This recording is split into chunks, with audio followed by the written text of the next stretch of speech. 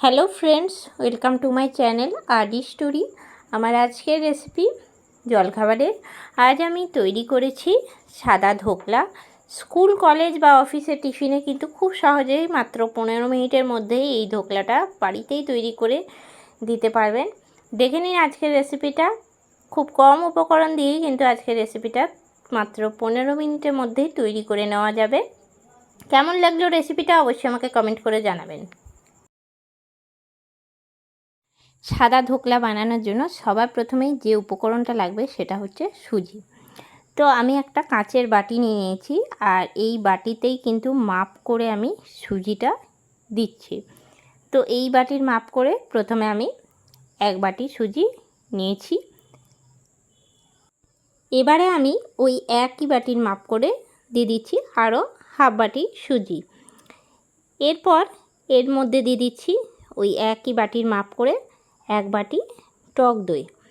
তবে টক দইটা কিন্তু আগে থেকে বের করে রাখবেন ফ্রিজ থেকে, মানে নর্মাল টেম্পারেচারে রাখা টক দই কিন্তু ব্যবহার করতে হবে। এবারে এর মধ্যে দিয়ে দিলাম সামান্য পরিমাণে লবণ, মানে লবণটা একদম আন্দাজ মতনই কিন্তু দিতে হবে। ভালো করে একবার মিশিয়ে নিলাম সুজি আর টক দই। তারপরে ছোট বাটিতে মাপ করে আমি জল নিয়ে নিয়েছি।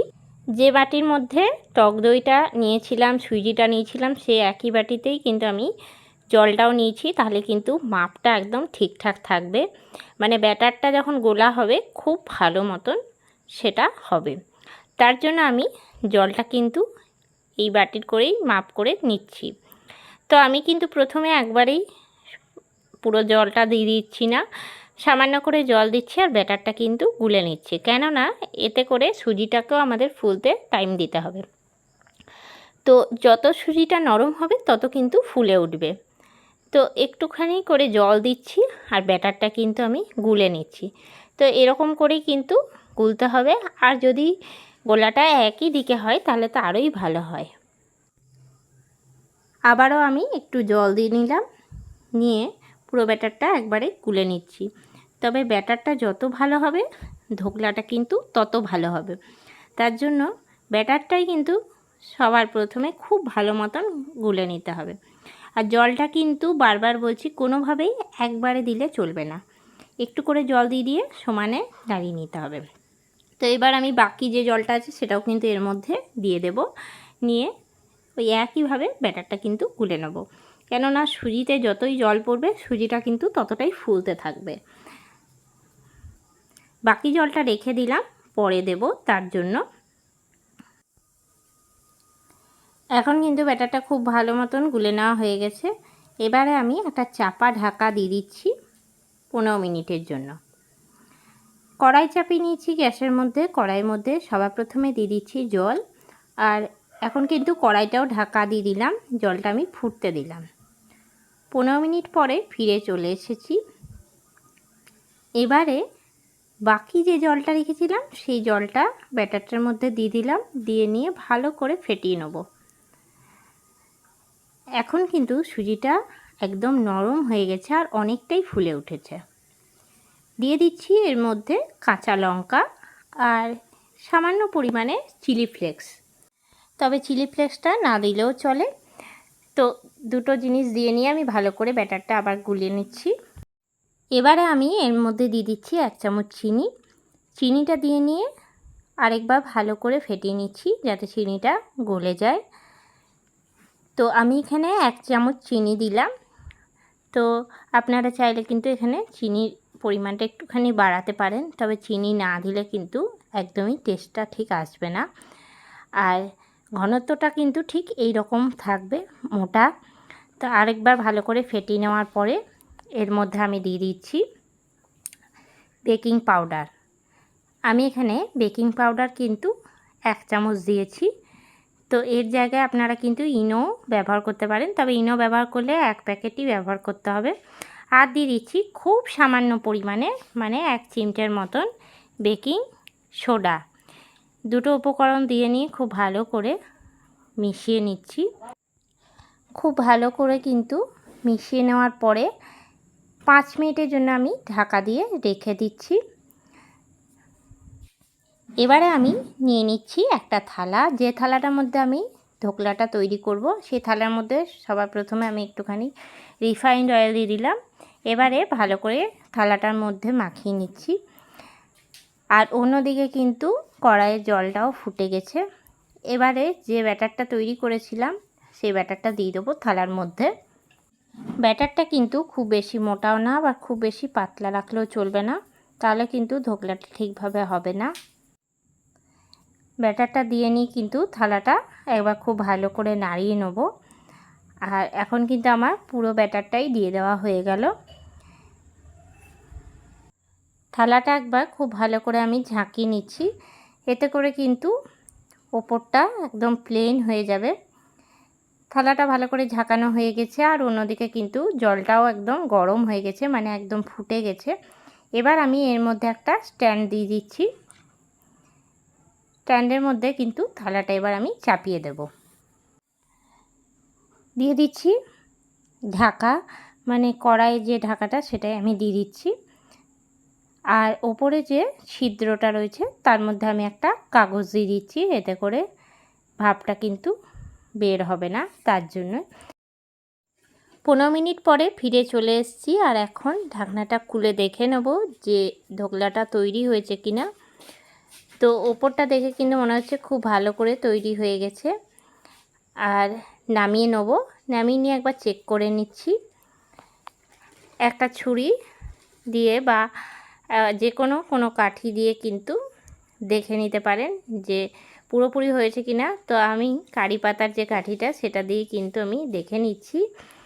তো একটু কিন্তু কাঠিটার গায়ে লাগেনি, তার মানে এটা পুরোপুরি হয়ে গেছে। এবারে আমি দিয়ে দিলাম কড়াইয়ের মধ্যে তেল। আমি এখানে রিফাইন্ড অয়েল দিলাম আর ফোড়নে দিচ্ছি কালো সর্ষে, 2টো শুকনো লঙ্কা, দিয়ে দিচ্ছি হিং পাউডার, হাফ চামচের থেকেও কম দিলাম, আর দিয়ে দিচ্ছি সাদা তিল। এরপরে দিয়ে দিচ্ছি আমি এর মধ্যে কাঁচা লঙ্কা,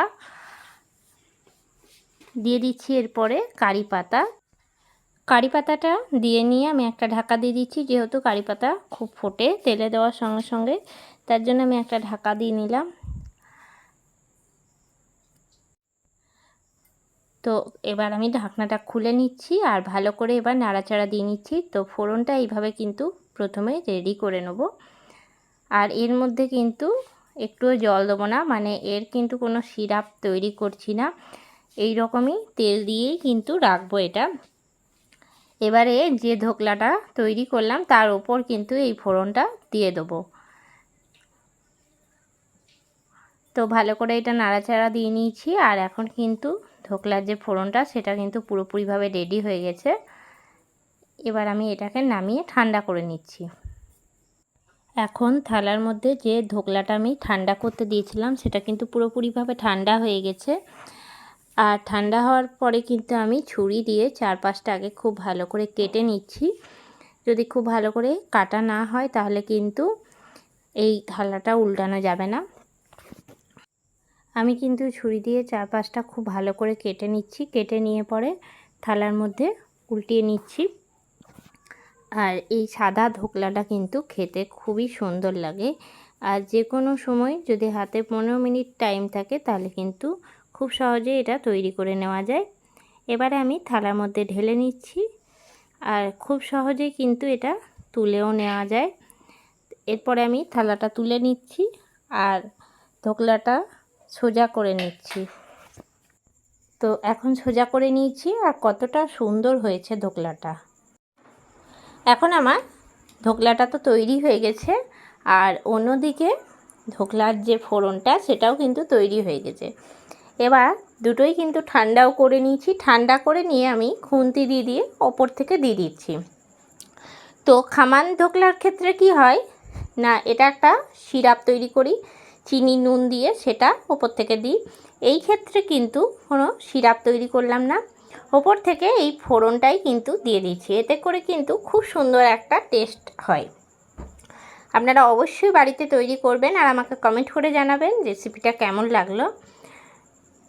তো পুরো যে তেল রয়েছে আর ফোড়নের যে কারি পাতা, সর্ষে এগুলো রয়েছে, এগুলো কিন্তু আমি 4-5টা খুব ভালো করে মাখিয়ে নিলাম। এখন খুব ভালো করে মাখিয়ে নেওয়া হয়ে গেছে। এবার আমি এটা কেটে নেব। আর আমি ওপর থেকে দিয়ে দিচ্ছি লঙ্কা গুঁড়ো। তো আমি এখানে কাশ্মীরি লঙ্কা গুঁড়ো ব্যবহার করেছি, দেখতে সুন্দর হবে তার জন্য। তো খুব সামান্য পরিমাণে কাশ্মীরি লঙ্কার গুঁড়ো হাতে করে নিয়ে আমি 4-5টা ছড়িয়ে দিলাম। এতে করে কিন্তু ঝাল হবে না, রঙটা খুব সুন্দর লাগবে। এবার আমি চৌকো চৌকো করে পিস করে কেটে নিচ্ছি। জলখাবারের জন্য কিন্তু খুবই ভালো। যে কোনো নিরামিষের দিনে কিন্তু এই রকম সাদা ধোকলা বাড়িতে তৈরি করে খেতেই পারেন।